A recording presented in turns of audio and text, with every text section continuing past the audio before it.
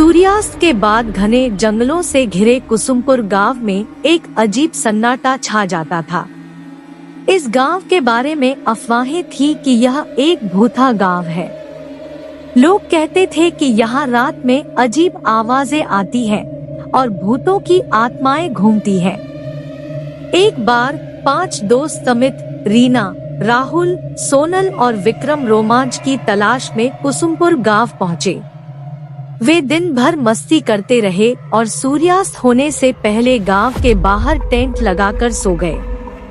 रात करीब 2 बजे एक जोरदार चीख ने उन्हें नींद से जगा दिया। चारों ओर घना अंधेरा था और जंगल से अजीब-अजीब आवाजें आ रही थी। अमित ने हिम्मत जुटाई और टेंट से बाहर निकला। उसने देखा कि एक धुंधली आकृति नदी की ओर जा रही है। अमित ने तुरंत अपने दोस्तों को जगाया और उनसे आकृति का पीछा करने के लिए कहा। वे डरे हुए थे, लेकिन रोमांच की भावना उन पर हावी हो गई और वे धीरे धीरे आकृति का पीछा करने लगे। आकृति उन्हें गांव के एक पुराने जीर्ण मंदिर के पास ले गई। मंदिर अंधेरा था और उसके अंदर से गहरी खामोशी थी।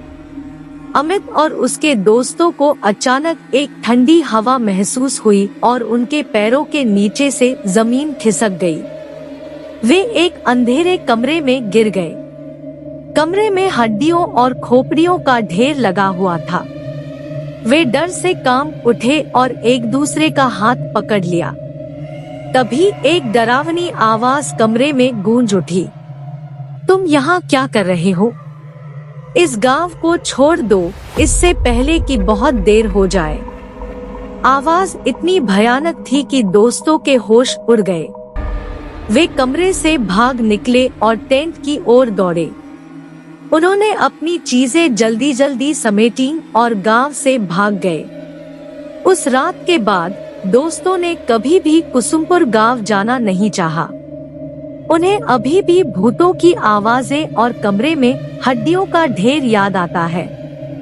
वे जानते थे कि उस गांव में कुछ अलौकिक था और वे कभी भी उस रहस्य को सुलझा नहीं पाएंगे।